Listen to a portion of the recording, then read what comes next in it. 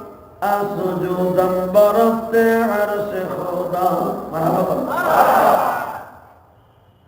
আসুজুদাম বরফতে আরশে খোদা এ দুনিয়ার মুসলমানদের घर से सजदा जमीन है फर्श होता আল্লাহর প্রিয় বান্দাগুলো সিজদা করবে জমিনে বরফ সে আরশে খোদা সিজদা চলে যাবে আসমান জমিনে সিজদা করবে জমিনে জমিনের থেকে সিজদা চলে যাবে আসমানে এই আমার প্রিয় বন্ধুগণ যখন আল্লাহর কোন পাগল আল্লাহকে পাইবার জন্য একবার আলহামদুলিল্লাহ বলবে আসমান জমিনের মাঝে যত মাখলুক আছে কিয়ামত পর্যন্ত তার জন্য দোয়া করার জন্য রেডি হয়ে যাবে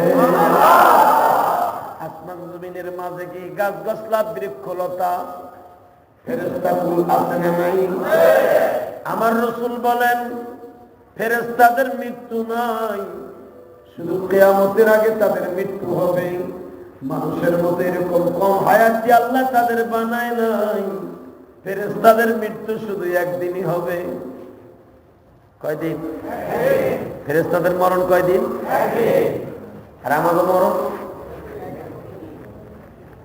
খালি প্রতিদিন না মসজিদে হইতে পারে ঠিক না বাড়ি ইয়ের ঘন্টা ঘন্টা সেকেন্ডে সেকেন্ডে কো না সেকেন্ডও না নিঃশ্বাসে নিঃশ্বাসে ঠিক না বাড়ি আর ফেরেশতারা এমন হায়াত নিয়ে আসছে তাফসীরে দেখলাম আজকে যে ফেরেশতাদের মৃত্যু একদিনই হবে যেদিন আল্লাহ বলবেন কুল্লু মান আলাইহা ফান সব শেষ হয়ে যাবে ويبقى وجه ربك ذو الجلال والإكرام বাকি থাকবো আমি একা সব মেরে না তখন মরার দায়িত্ব তো আজরাইলের হাতে নাকি কথা বলেন নাকি মারার দায়িত্ব কার হাতে মারার দায়িত্ব আজরাইলের হাতে আজরাইল সব শেষ করবো দৌড়বো আর মারবো সেকেন্ডে সেকেন্ডে মারবো হাজার হাজার লক্ষ লক্ষ ফেরেশতা মারবো একসাথে ওয়ায়াবকা বাকি রহেগা আল্লাহ জাল্লা শানু ওয়া আম্মা নওয়াজু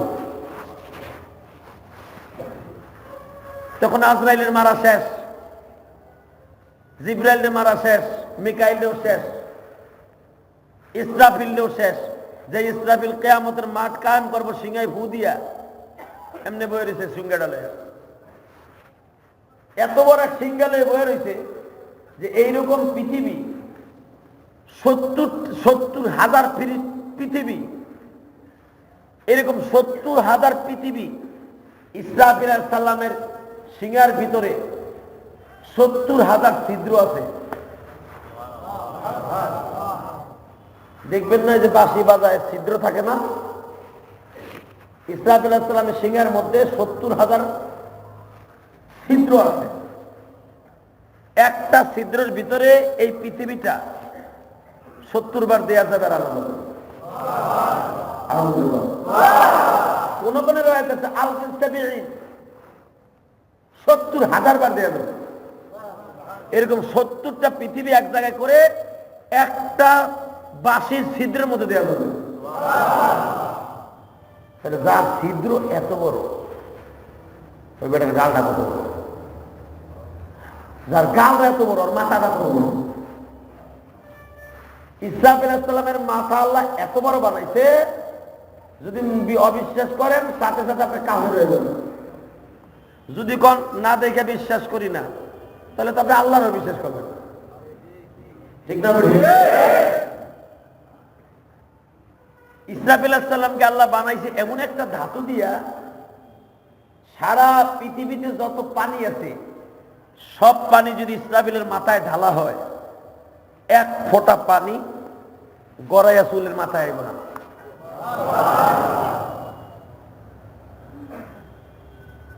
আপনি বলেন তো পৃথিবীতে কয় হাজার কোটি টন পানি আছে বলতে পারবেন? কোন বৈজ্ঞানিক পারবো?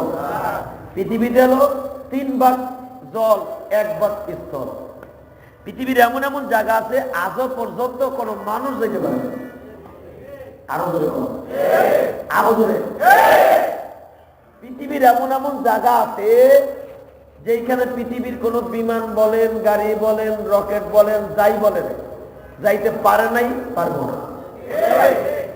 সেই শহরটার নাম হলো ইয়াজুজ মাজুজের শহর। যেই শহরে মানুষ যাইতে পারবে না, এটা আল্লাহর ওয়াদা। সূরা কাহাবের মধ্যে আছে ইয়াজুজ ওয়া মাজুজ। ইয়াজুজ মাজুজকে আল্লাহ যেখানে বসবাস করাচ্ছে, ইয়াজুজ মাজুজের সংখ্যা হলো দুনিয়ায় আদম নবী থেকে নিয়ে কিয়ামত পর্যন্ত যত মানুষ দুনিয়া আসবে এর 50 গুণ বেশি হলো ইয়াজুজ মাজুজ বানায় রাখতাম না। এত আশ্চর্য ধরনের কথা বললাম কোরআন থেকে, আপনারা সুবহানাল্লাহ জোরই নাই। ঘুমাইছিনি তোমার দুনিয়া, এটা একটা কথাও মিথ্যা না। আর এটা বেরেনেও ধরবো না যে এই বাহিনী কই। এমন একটা শহরে ইয়াজুজ মাজুজকে আল্লাহ রাখছে প্রাচীর দিয়া,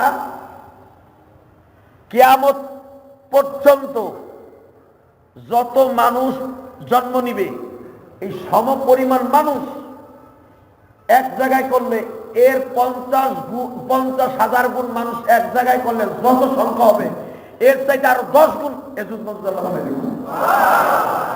এদের সংখ্যায় হাইট হবে এরা রাজা হাঁসের মতো। লম্বা কতটুকু? রাজা হাঁস। রাজা হাঁসের গলা দেখছেন না? আল্লাহ রাসূল রাজা হাঁসকে, হুজুর চীনা হাঁসকে উপমা দিয়েছেন, চীনা হাঁস। রাজা হাঁস তো বাংলাদেশের হিসাব, আর রাসূল চীন দেশটাকে অনেক সময় অনেক উপমা দিয়ে বলতেন। চীনা হাঁস, লম্বাটা গলা। রাসূল বলতেন এই হাঁসের মতো হবে ওদের বডি, এবং এদের এত শক্তি, ওই সময় যতগুলো মানুষ বেঁচে থাকবে এগুলার চিবাই খাই ফেলবে। গাছটারে ধরে আঠুর মধ্যে এইভাবে একটা গুতা মারবো, এইভাবে গুতা মারবো, এতটুকু একটা মানুষের তোমার আমার মতো বডি রে একবারে পেট দেশটা 2 ভাগ হয়ে পড়ে যাবে। এবং হাদিস আসছে বুখারীতে, এরা যখন সমুদ্রের ভিতরে নামবে, রাজা হাঁসের পাল যেরকম পানিতে নামে দেখছেন এরকম ভাবে নামবে ওরা। এককে টানে পৃথিবীর সব পানি শুকায় ফেলাবে। এককে টানে পৃথিবীতে কোনো পানি থাকবে না, প্রাণী থাকবে না, পৃথিবীতে কোনো প্রাণী থাকবে না, ওরা সব খেয়ে দেবে। এদেরকে আল্লাহ ইসরাফিলকে যখন সিংহায় ফু দিতে বলবেন, সিংহার ফু দিয়া এদেরকে আল্লাহ সব মেরে ফেলবে। ওরা যখন আসবে তখন কোনো মানুষ দুনিয়ায় থাকবে না, শুধু ওরাই থাকবে। আমার ভাইরা এটা চিন্তা করে দেখছেন, এই 10 গুণ মানুষ, যতগুলা মানুষ সংখ্যা আছে, ইসরাফিল আলাইহিস সালাতু ওয়াস সালাম কত পানি, তার মাথা কত বড়, সারা বিশ্বের পানিগুলো যদি ইসরাফিল আলাইহিস সালাতু ওয়াস সালামের মাথায় ঢালা হয়, 1 কতরা পানি, 1 ফোঁটা পানি তার চুলের মাথা পর্যন্ত আসবে না। তাহলে হিসাব করেন তার মাথা কত বড়। একটু আর একটু হিসাব করেন, এত বড় একটা বডির আল্লাহ বসা করে রাখতে পারবে। আর একটু হিসাব করেন গভীরে, এতগুলা জায়গা যদি একটা ফেরেশতারে দেয়, এইরকম ইসরাফিলের চাইতে আরো 50 গুণ বড় বডিওয়ালা ফেরেশতা বানায় রাখছে। বেগাইরে আমাদিন তারাও নাহা, খুঁটি ছাড়া যে আল্লাহ আসমান ঝুলায় রাখছে 8টা ফেরেশতার কাদের উপর। এই ইসরাফিলে 50টা ইসরাফিল এক জায়গায় করলে যত বড় বডি, যে 8টা ফেরেশতার কাদের উপরে আল্লাহ এই আসমানটা রাখছে। আল্লাহ বলতেছেন খালাকা সাবআ সামাওয়াতিন তিবাকা মা তারা ফি খালকির রহমান মিন তাফাবুত। আমার আসমানের দিক তাকায় দেখ, বেগাইরে আমাদিন তারাও না, তাকায় দেখবি আমি কোনো খুঁটি লাগাই নাই, আমি শুধু 8টা ফেরেশতার কাদের উপর আমি 7টা আসমান রেখে দিয়েছি। আরো জোরে এক একটা আসমানের পুরার মোটা ছাপ, এক একটা আসমানের ছাপ পুরার মোটা। ওই যে প্রথম যেটা দেয় নীল আসমান, এইটা হলো 500 বছরের রাস্তা। খালি মোটা মোটা মোটা পুর পুর ছাপ। জমিন থেকে আসমান পর্যন্ত 500 বছরের রাস্তা, আর ওই আসমানটাও 500 বছরের রাস্তা হলো পুরার মোটা। এর পরের যে আসমানটা এটা হলো 1000 বছরের রাস্তা। এর পরের যে রাস্তা 3000 বছরের রাস্তা। এর পরেরটা 4000 বছরের রাস্তা। এর পরেরটা সবগুলো এক করলে যতগুলো এতগুলো মোটা। কিন্তু বানাইছে আমার আল্লাহ স্বর্ণ দিয়া। কি দিয়া? ধরে কন্যা আল্লাহর কাছে মনে হয় স্বর্ণের অভাব আছে। তুমি আর আমি যেই জান্নাতে থাকবো, ওই জান্নাত একটা হাফেজের জন্য 6666 তলা বিশিষ্ট একটা বিল্ডিং হবে। পুরা বিল্ডিংটা আমার আল্লাহ বানাবে একটা ইটা স্বর্ণের, একটা ইটা রূপা। বিল্ডিং এর সামনে যেগুলো টাইলস করা থাকবে এগুলো মরমর পাথর। 5000 বছরের স্বর্ণ এক জায়গায় করে যে দাম হবে, একটা মরমর পাথরের দাম তার চাইতে বেশি হবে। এর চাইতে আরো বেশি পার্থক্য দাম হবে ইয়াকুত পাথর। এর চাইতে আরো বেশি দাম হবে ইয়ালম পাথর। এর চাইতে আরো বেশি দাম হবে জাফরং পাথর, যেটা সূরা আর রহমানের ভিতরে আল্লাহ নিজে বর্ণনা করেন। জাওয়াতা আফনান, আমি এমন জিনিস দিয়ে তোমাদের জান্নাত বানিয়ে রেখে দিয়েছি। জাওয়াতা আফনান, আফনান বলা হয় আল্লাহর কুদরতি ধাতু দিয়ে এক শ্রেণীর টাইল, যার মতো দামি পৃথিবীতে কোনো জিনিস আল্লাহ কোনো এই জগতে বানায়নি। এই জাফলং এবং আফনান এই দুইটা দিয়া আপনার জান্নাতের প্লেট, গিলাস, ড্রেসিং টেবিল, এরপরে আপনি যে চেয়ারে বসবেন এইগুলো আল্লাহ বলে।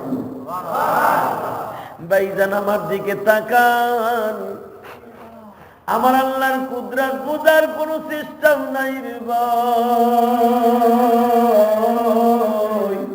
এই জন্যই তো আমার আল্লাহ বলছে তোর মুখ থেকে শুধু একবার আলহামদুলিল্লাহ শুনতে চাই। একবার যখন আমার আলহামদুলিল্লাহ দিয়া খুশি করবি, এখন তো আমি জিনিস তোর জন্য বরাদ্দ করে রেখে দিয়েছি। দুনিয়ার কোন বৈজ্ঞানিকের মাথায় ধরবে না আমি বাবুর কি, আমার কুদরত কি গো বান্দা।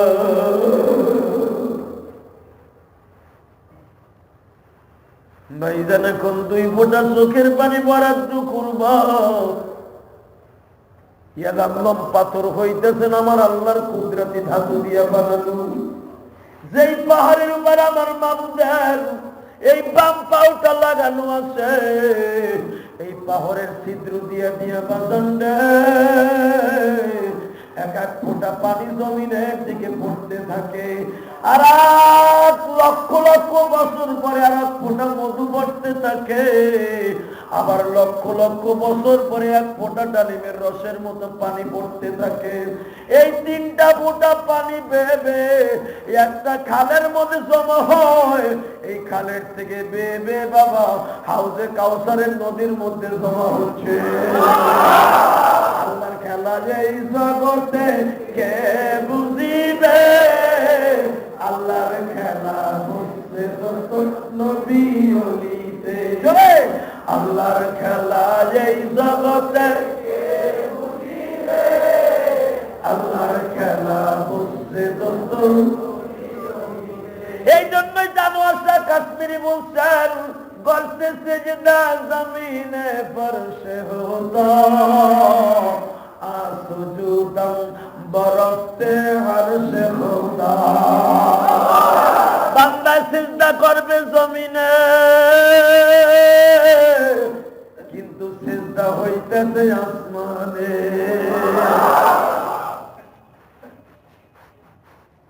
আর যেগুলো সিজদা না দেয় এই জন্য দেখবেন বাংলাদেশের এক শ্রেণীর বন্ড পীরেরা কয় সেজদা তো পীর রে দেয় না, সেজদা দেয় আসমানে।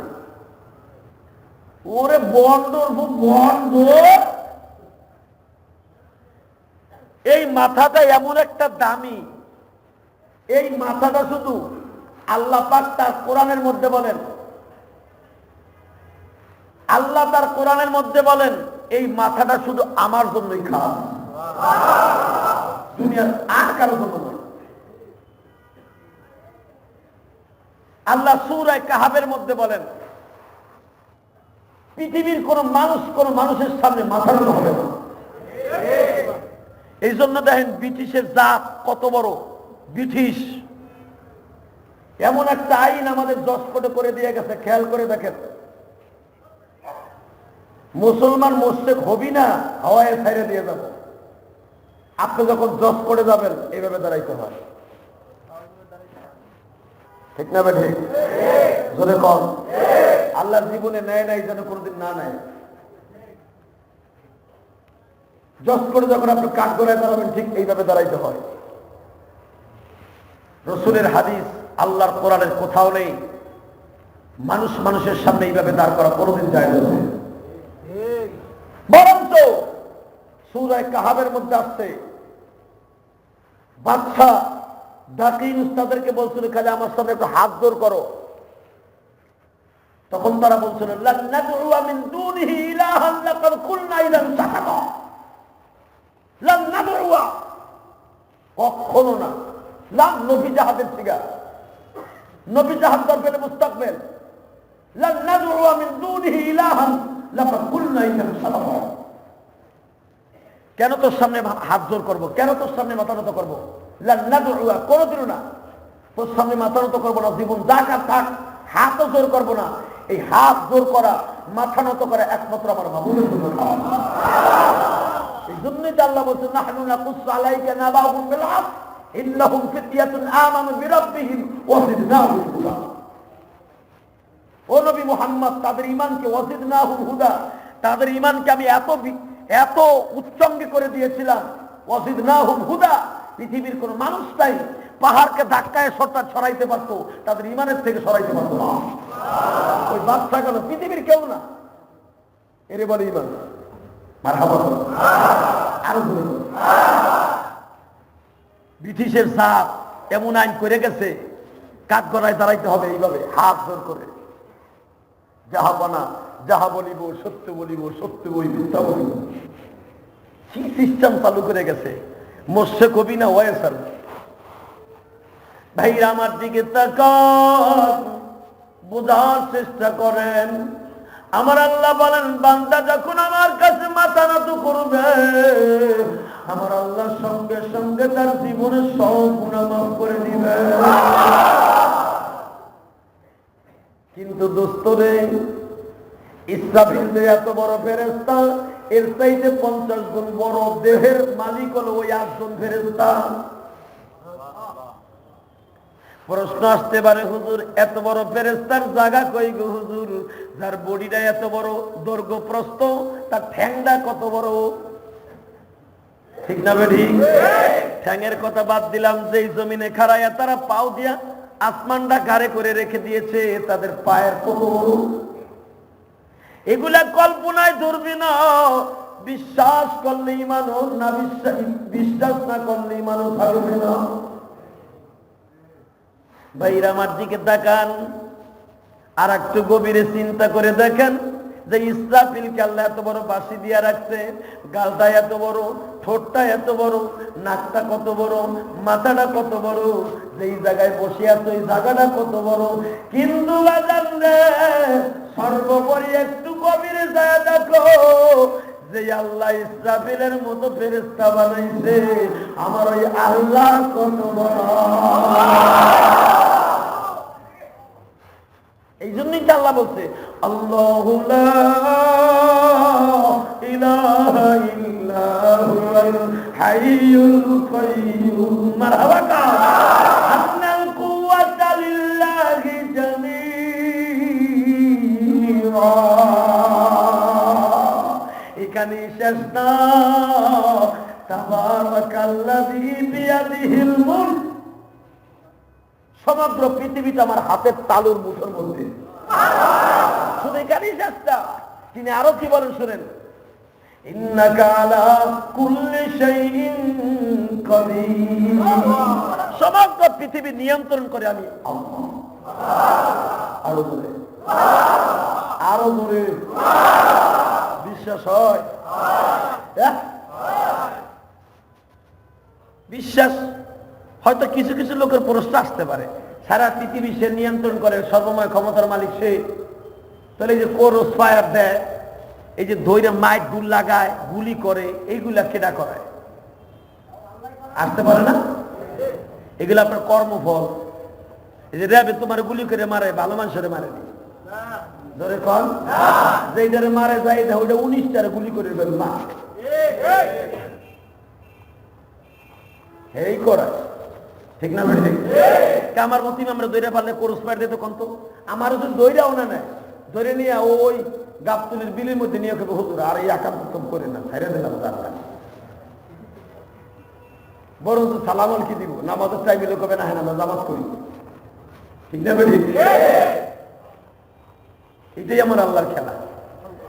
ভাইরা আমার দিকে তাকান, আর একটু গভীরে চলে আসেন, যে আল্লাহ ইসরাফিলকে এইভাবে বানাইছে, এই ইসরাফিলের যে মার দিয়া মারবো, ওই আজরাইল কত বড়, মারহাবা। আজরাইলের বডি সম্পর্কে আমার নবী বলেন, আমি চতুর্থ আসমানে আজরাইলের চেহারাটা 1 সেকেন্ড দেখছিলাম, 1 সেকেন্ড। আমি নবী আজরাইল দেখে একটা শিক্ষা নেবে উঠে গেছি। ও আজরাইল, এই যদি তোমার বডি হয় তাহলে এইভাবে কোনোদিন দুনিয়া যাওনি? কয় হুজুর কোন কি যাই না, মানে জামু কবে? কয় আপনার চাচা আবু জাহেলের জিন্না মারবো, আপনার চাচা আবু লাহাইবের জিন্না মারবো, আপনার বংশীয় চাচা উতবা সাহেবের মারবো।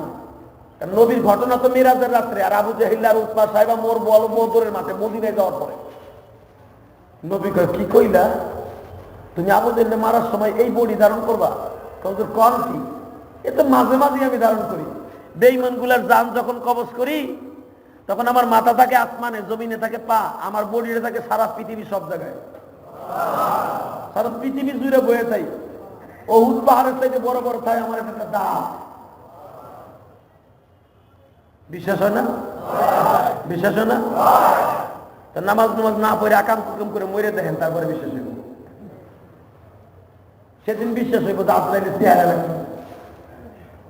বাইরা আমার দিকে তাকান, উম্মতের কান্ডারি, উম্মতের বন্ধু, উম্মতের কান্ডারি, উম্মতের বন্ধু, মেহনতি মানুষের বন্ধু।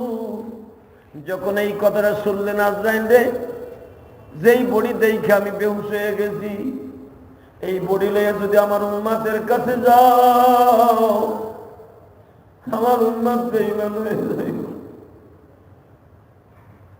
কারণ আমার উম্মত তোমার হাত থেকে বাঁচার জন্য আমার মওলারে ভুলে যাইব। ও বাজান, এখন দিলটারে সরাসরি আমার মাবুদের দিকে লাগান। আজরাইল আলাইহিস সালাম যখন জিবরাইলকে মারবে, যেই জিবরাইলের ক্ষমতা বাজান, জিবরাইল যেই পাখা দিয়ে উড়িয়ে জমিনে আসতেন, ওই জিবরাইলের 6000 পাখা আছে, এক একটা পাখার মধ্যে 6000 করে পর আছে। তাফসীরে জালালাইনের মধ্যে আছে, জালালউদ্দিন সৈয়দী রাহমাতুল্লাহ আলাইহি বলেন, এক একটা পাখার মধ্যে 6000 করে পর আছে। এক একটা পরের কত শক্তি জানো গো দোস্ত? একটা পর দিয়ে পৃথিবীরে জিবরাইল 70,000 বার উঠাইতে পারে আর নামাইতে পারে। এর ভিতরে তার পরটা ভাঙবেও না, বাঁকাও হবে না, ক্লান্তও হবে না। বন্ধুরা, এই আজরাইলের জানটা যখন এই জিবরাইলের জানটা যখন আজরাইল কবজ করবে, আজরাইল জিবরাইলের সামনে যা বলবে, বন্ধু জিবরাইল রে, কত করছো বাহাদুরি মৌলার জমিনে, আজ থেকে তুমি পড়ে রইবা এই আসমানে, আজ থেকে তুমি রইবা পড়ে এই আসমানে। ইমাম গাজালি রহমতুল্লাহ আলাইহি মুকাশফাতুল কুলুব নামক গ্রন্থে লেখেন, অনেক আগে মোতালা করছিলাম, আপনাদের দোয়া আমার ব্রেনটাকে আল্লাহ এমন করে দিচ্ছে, আমি যদি আমার ছাত্র জীবনে যে কথাগুলো পড়ছি ওগুলো আমার মনে আছে, কিন্তু কাজে লাগাইতে পারলাম না, দুঃখের বিষয়টা। আমি বেখেয়ালও যদি কোনো কথা শুনি অন্তত 1 বছর মনে থাকে। আপনার যেই ভাষায় যেই কোয়ালিটি একটা গালি দিবেন ওটা আমার 1 বছর পর ওই কোয়ালিটি ওইভাবে বলতে পারবো। এই ঘটনাটা আমি পড়ছি আমার অন্তত আরো 8-9 বছর আগে, আমার আজকে মনে পড়ে গেল। আজরাইল যখন জিব্রাইলে জান কবজ করবে, জিব্রাইলের এত ক্ষমতা, 1,24,000 পয়গম্বরের সাথে একটা মাত্র ফেরেশতা দেখা করতে, সে হলো জিব্রাইল। এতবার সৌভাগ্য পৃথিবীর কোন ফেরেশতা হয় নাই। তোমার আল্লাহ বলেন একমাত্র আল্লাহর সাংবাদিক একটা ফেরেশতা, সেটা হলো জিব্রাইল। সারা পৃথিবীকে নিয়ন্ত্রণ করতে জিব্রাইল, সারা পৃথিবীর শুভ সংবাদ ভালো সংবাদ নবীদের কাছে দিতে জিব্রাইল, সারা পৃথিবীতে সর্বপ্রথম উম্মতে মুহাম্মাদের জান্নাতের সার্টিফিকেট দেবে জিব্রাইল, সর্বপ্রথম আল্লাহর কুদরতি সিয়ারটা বসাবে হযরত জিব্রাইল, সর্বপ্রথম আমার নবীর মাথা ধরে উঁচা করবে কবর থেকে জিব্রাইল। আরো জোরে কোন নেই। তোমার আমার ভিতরে যে প্রথম কিয়ামতের মাঝে হিসাব দিকে শুরু হবে, পালাটা দাড়ি পালাটা সুতাটা এইভাবে সুতার যে রেলিংটা, আল্লাহ তাতকাউ ফিল মিজান ওয়া আকিমুল ওয়াজনা বিল কিসতি ওয়া লা তুখসিরুল মিজান, দাড়ি পালাতে লাগাবে এটাও জিব্রাইল, দাড়ি পালার উপর যে পাথর বসাবে এটাও জিব্রাইল, জান্নাতের ভিতরে প্রথম যে মানুষের কাছে শুভ সংবাদ দেবে এটাও জিব্রাইল, জাহান্নাম উদ্বোধন করবেন মালিক ফেরেশতার দ্বারা এটাও জিব্রাইল। কি মনে করলা তুমি জিব্রাইল? এই জিব্রাইল আজরাইল বলতেছে এখন পরে থাকবে আসমানে,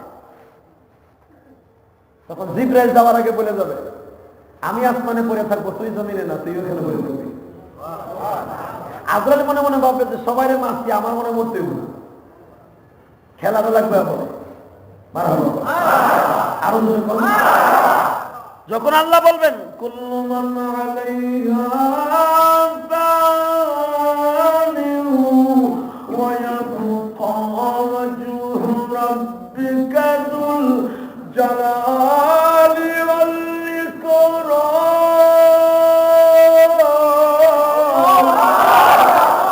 ফাবিআইয়ি আলা'i রাব্বিকুমা তুকাযযিবান। কোনটাকে তুমি সত্য বলিবে, কোনটাকে তুমি মিথ্যা বলিবে? বান্দা সবকিছু করবো আমি মাবুদ। কি করবে? হে মুসলমান, মিকাইল শেষ, ইসরাফিল শেষ, জিবরাইল শেষ, ওয়ায়াবকা ওয়াজহু রাব্বিকা যুল জালালি ওয়াল ইকরাম। বেঁচে থাকবে একমাত্র আল্লাহ, এটা হলো আল্লাহর হুকুম। এখন তো বাকি একজন আছে, তার নাম আজরাইল, ঠিক না? আজরাইল জিজ্ঞেস করবে কিরে ইয়া মালাকাল মউত, হে মৃত্যুর ডিউটি পালন করি ফেরেশতা দিগায়, বাকি আছে কেডা? তুমি আর আমি। আল্লাহ বলবে আমি বলছি কি ওয়ায়াবকা ওয়াজহু রাব্বিকা যুল জালালি ওয়াল ইকরাম। আমি আমার কথা বলতে আমি থাকবো, তুই তো থাকার কথা না। আমার মরতেই বলবো। এখন কান্দা, হে মুসলমান, কান্দন তো আসে না, সুদ ঘুষ দিয়া হারাম দিয়া কলবটারে আমিও নষ্ট করছি, তুমিও নষ্ট করছো, কান্না থাকবো না। তুমি বলো এই মাখলুক গুলারে মারার পরে যখন তারে বলবে ইয়া মালাকাল মউত মুত ক্বাবলা আন তামুত, ইয়া মালাকাল মউত ওয়ায়াবকা ওয়াজহু রাব্বিকা যুল জালালি ওয়াল ইকরাম, বাকি থাকবো আমি, তোরও বলবো আল্লাহ। জানেন আজরাইলের অবস্থা তখন কি হবে? স্পষ্ট স্পষ্ট সূরা তুরের মধ্যে আসছে সঙ্গে সঙ্গে আজরাইল এইভাবে কাঁপতে থাকবে। মাহবুবরে, গুলি যে করে ও জানে না যে মৃত্যু যন্ত্রণা কত ভয়ঙ্কর। ছুরি যে চালায় জবাই দেয় ও জানে না ছুরি চালায় মারলে কত ভয়ঙ্কর। আজরাইল বলবে এতদিন তো আমি মারছি, আমি জানি না মৃত্যুর যন্ত্রণা কত ভয়ঙ্কর। তবে আমি যখন মানুষকে দান কবজ করতে যাইতাম তাদের কাকুতি মিনতি দেখে আমার নিজের মায়া লাগতো না। তোমার হুকুম পালন করতে আসছি, পরে মারতেই হবে আমার। কারণ এমন এমন জায়গায় গেছি যেখানে যাই আমি আজরাইল নিজে হতভম্ব হয়ে গেছি। যেখান থেকে আমি কেমনে বাচ্চাটারে, কেমনে এই ছোট্ট বাচ্চার কোল থেকে তার মারে কেড়ে দিব। আমি মাঝে মাঝে দান কবজ করতে যে আমি নিজে হতভম্ব হয়ে যেতাম, কিন্তু হুকুম তোমার, কিছু করার নাই। বাজানলে আমি আপনাদের সামনে একটা ওয়াকিয়া তুলে ধরতে চাই। যেই দিন আমার নবীর বাবা আব্দুল্লাহ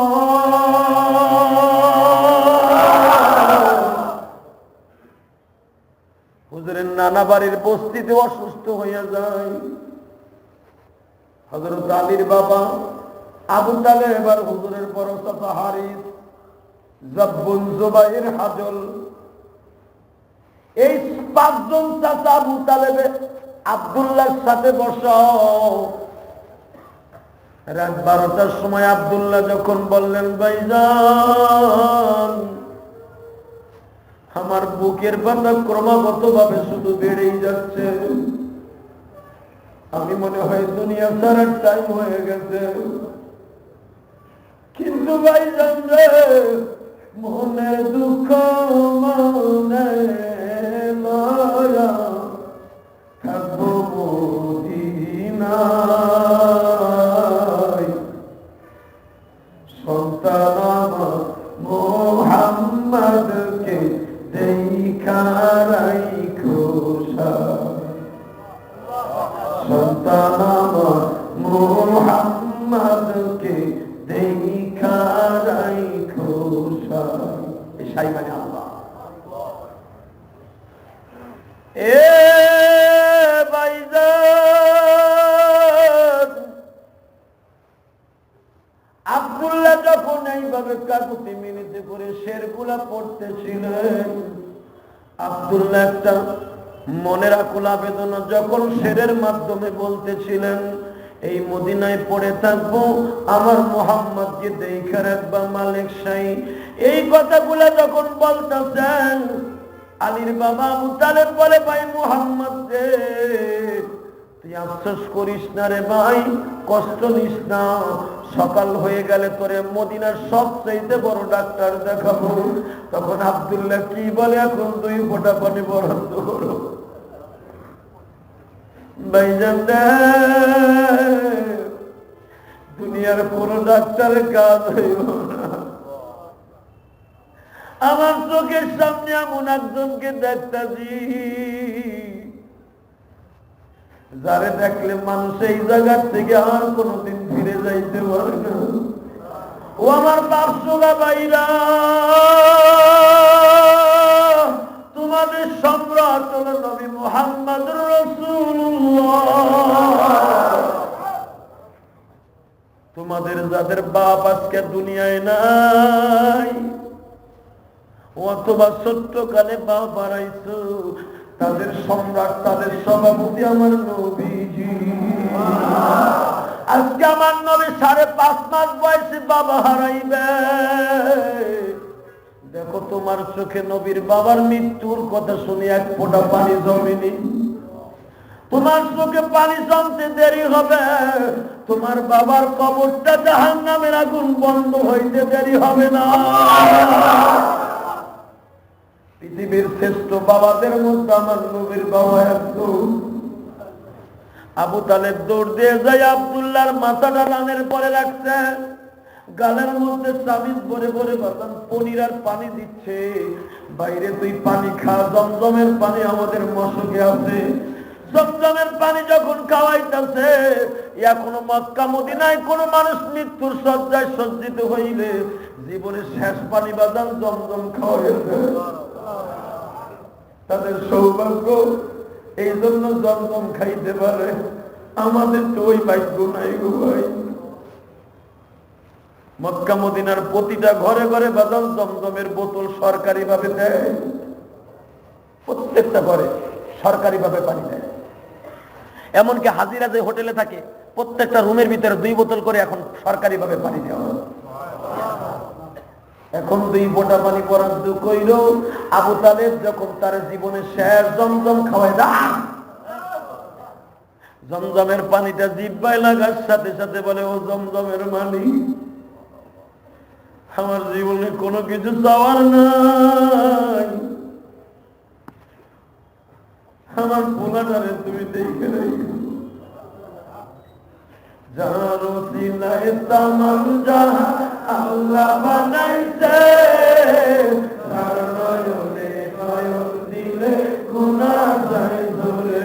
ভাইরে, যার ওসিলায় তামাম জাহান আল্লাহ বানাইছে, যার নয়নে নয়ন দিলে গুনাহ যায় ধরে। নবী আমার জান, নবী আমার প্রাণ, নবী আমার জান, নবী আমার প্রাণ, নবীর জন্য দিতে পারি আমার জীবন, নবীর জন্য দিতে পারি সাদের জীবন। মারহাবা।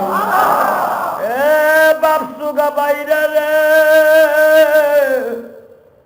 আল বিদায়া ওয়ান নিহায়া কিতাবের মধ্যে আছে, যখন আবু তালেবের রানের পরে তখন আমার আল্লাহ আব্দুল্লাহকে বলতেছে, আব্দুল্লাহ রে,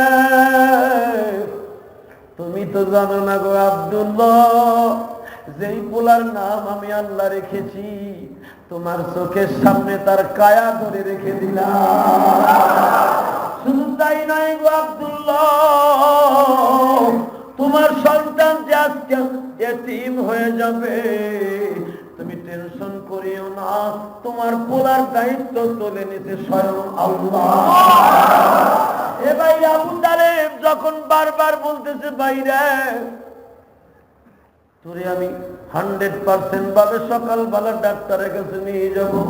আবু তালেব তখন বারবার বলে, আব্দুল্লাহ বলে, ভাইজান দুনিয়ার কোন ডাক্তারের কাছে নিলে কাজ হইব না, আমার চোখের সামনে শাহী সিংহাসন জুড়ে একটা লোক বসে আছে, আমার দিকে তাকাইয়া বারবার বলতেছে, আব্দুল্লাহ রে, তোমার সন্তান মুহাম্মদ রে এতিম বানাইবা। আব্দুল্লাহ বারবার বলতেছে, অন্তত আমার পোলাটার একটু দেখতে দাও।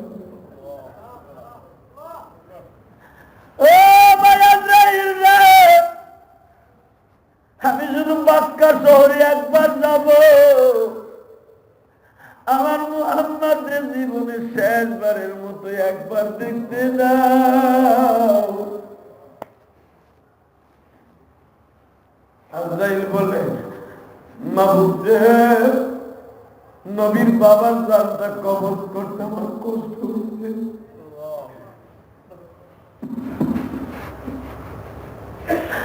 কত হাজার বার যে আব্দুল্লাহ আমার কাছে জানটা ভিক্ষা চাইছে,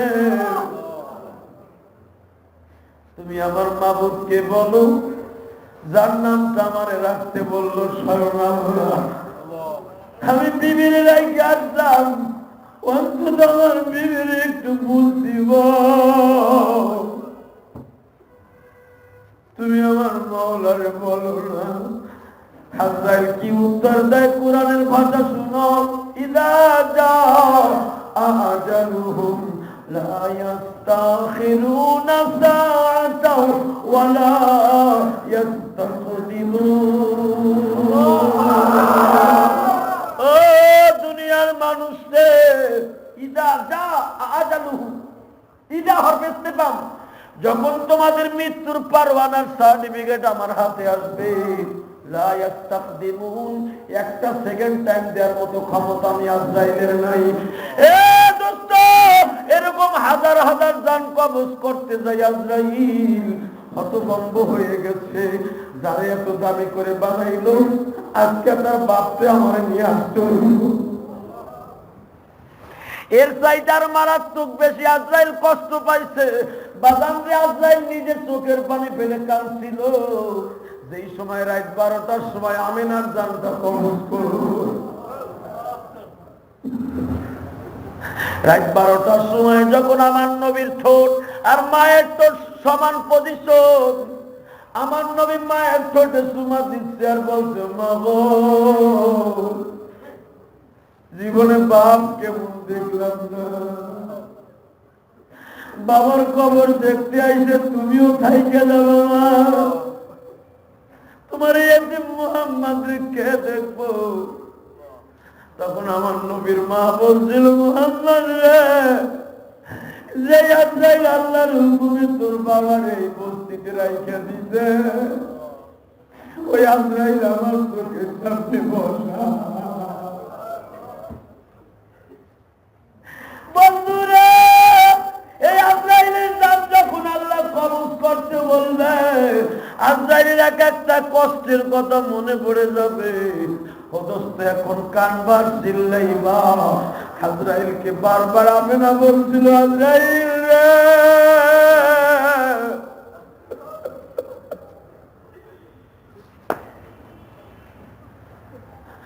তুমি তোমার মালিক রে বলো,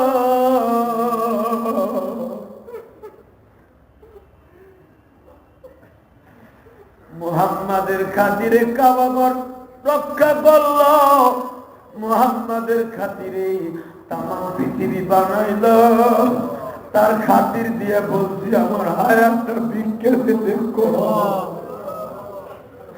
আমার পাশে মনে যায় রে আজরাইল, দেখ আমার মুহাম্মদ কেমনে মামা করে কান্দে রে। আমার মুহাম্মদ একবার আমার মার পার কাছে যায়, আমার মাথার কাছে এসে বলে, মা তুমি আসো, মা তুমি আসো। বারবার বলে, মা তুমি কথা কও, মা কথা কও। আজরাইল দেখ, আজরাইল দেখ, তোর মালিকের কি মায়া লাগে না রে, যারে এত দামি করে বানাইছে, আজকে তার মা এত কাকুতি মিনতি করে, তোর কি মায়া লাগে না রে আজরাইল? বাজার এই কাকুতি মানতিটা তুমিও করবা, আমিও করব, কারণ মানুষের জবাব তখন আল্লাহ বন্ধ করে দিব, অন্তরের মুখ দিয়ে সবাই কাকুতি করতে থাকে, আজরাইল রে, আজরাইল আমার বাচ্চাটার কাছে যখন কোন মা হাসপাতালে বাচ্চারে ভূমিষ্ঠ করতে যায় মারা যায়, দুনিয়ার সব মা চিল্লায় আর কয়, আজরাইল রে, আমার জানটা নিচ্ছা নিচ্ছা নিচ্ছা, আমার এই বাচ্চারে কে পালবো বল না, আমার এই বাচ্চারে কে পালবো বল।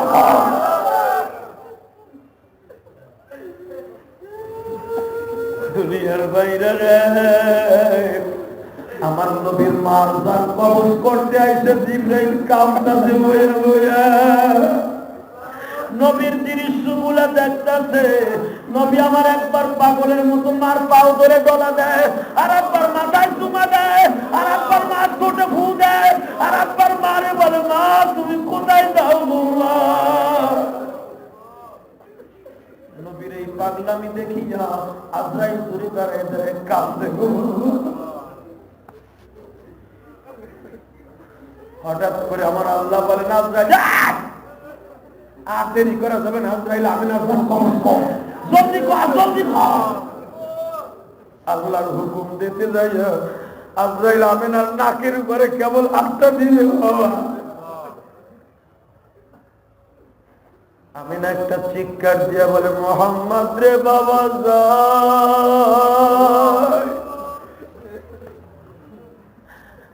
যাই গো বাবা।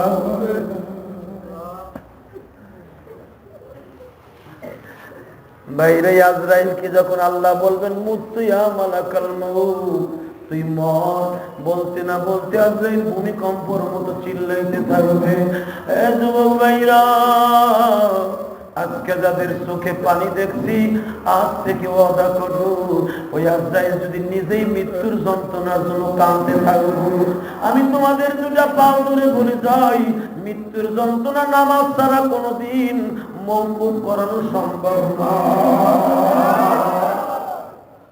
দুনিয়ায় যে যেখানে যা করো, 5 ওয়াক্ত নামাজ পড়তে নিও, 5 ওয়াক্ত নামাজ পড়িয়া ঈমান আমল রিফাইন করিয়া, ঈমান আমলকে ঠিক করিয়া আল্লাহর দুনিয়া থেকে যাইও, কবরটা বেহেশতের বাগান হয়ে যাইও।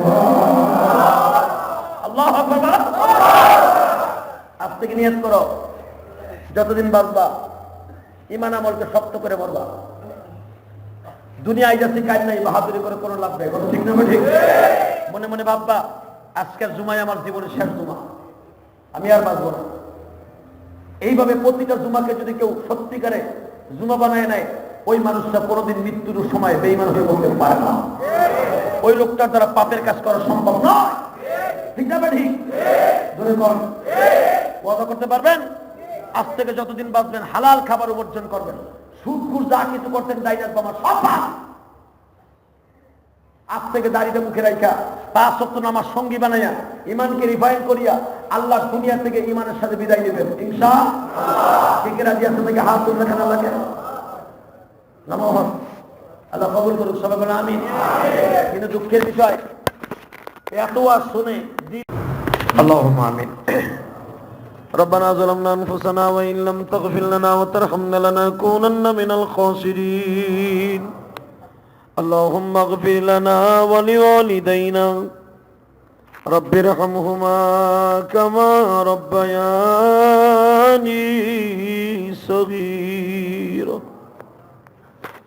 আল্লাহ তাআলা তোমার বান্দাদেরকে নিয়ে তোমার শাহী দরবারে হাত তুলেছি, মেহেরবানি করে আমাদের গোটা জিন্দেগির গুনাহগুলি মাফ করে দাও। মাবুদ, যারা আমার সাথে আমিন আমিন বলছে, জানি না কার যেন মা নাই, কার যেন জনম দুঃখ মিয়া বাবা নাই, মেহেরবানি করে এদের সকলের বাবা মাকে মাফ করে দাও। আয় আল্লাহ, আমাদের মধ্যে কার যেন সন্তান নাই, কার যেন জোরের ভাই নাই, কার যেন বিবি নাই রে, কার মনের কি দুঃখ তুমি ছাড়া কেউ জানে না। প্রত্যেকের মনের দুঃখ গুলা তুমি মুছিয়ে দাও আল্লাহ। আল্লাহ, তোমার কোন বান্দা বান্দি অসুস্থ জানি না, একটা যুবক তার বোনের জন্য দোয়া চাইছে, গর্ভবতী, একটা নেক সন্তান নসিব করে দাও। মেহেরবানি করে আল্লাহ, কত লোক রুমের মধ্যে যায় বলে হুজুর আমি নতুন ব্যবসা দিচ্ছি, অনেকে বলে হুজুর আমার মা অসুস্থ, একটা যুবক যায় বলছে হুজুর আমার বাবা গতকালকে মারা গেছে। আয় আল্লাহ, এমনি করে যারাই দোয়া চাইছে প্রত্যেকের মা বাবার কবর অবস্থা ভালো করে দাও, কবর গুলা জান্নাতের বাগান বানায় দাও। আল্লাহ, অনেকে বলেছে হুজুর আমার সন্তান পরীক্ষা দিব, যাদের নাম আমি জবান দিয়ে বলছি এর সকলেই অত্যন্ত বিনয়ের সাথে দোয়া চাইছে, এদের সকলের মনের আশা পুরা করে দাও আল্লাহ। কাজ করে সেক্রেটারি ছেলের জন্য দোয়া চাইছে, আর এসএসসি পরীক্ষার্থী যত ভাই বোনেরা আছে প্রত্যেককে ভালো রেজাল্ট করার তৌফিক দিয়ে দাও। আয় আল্লাহ,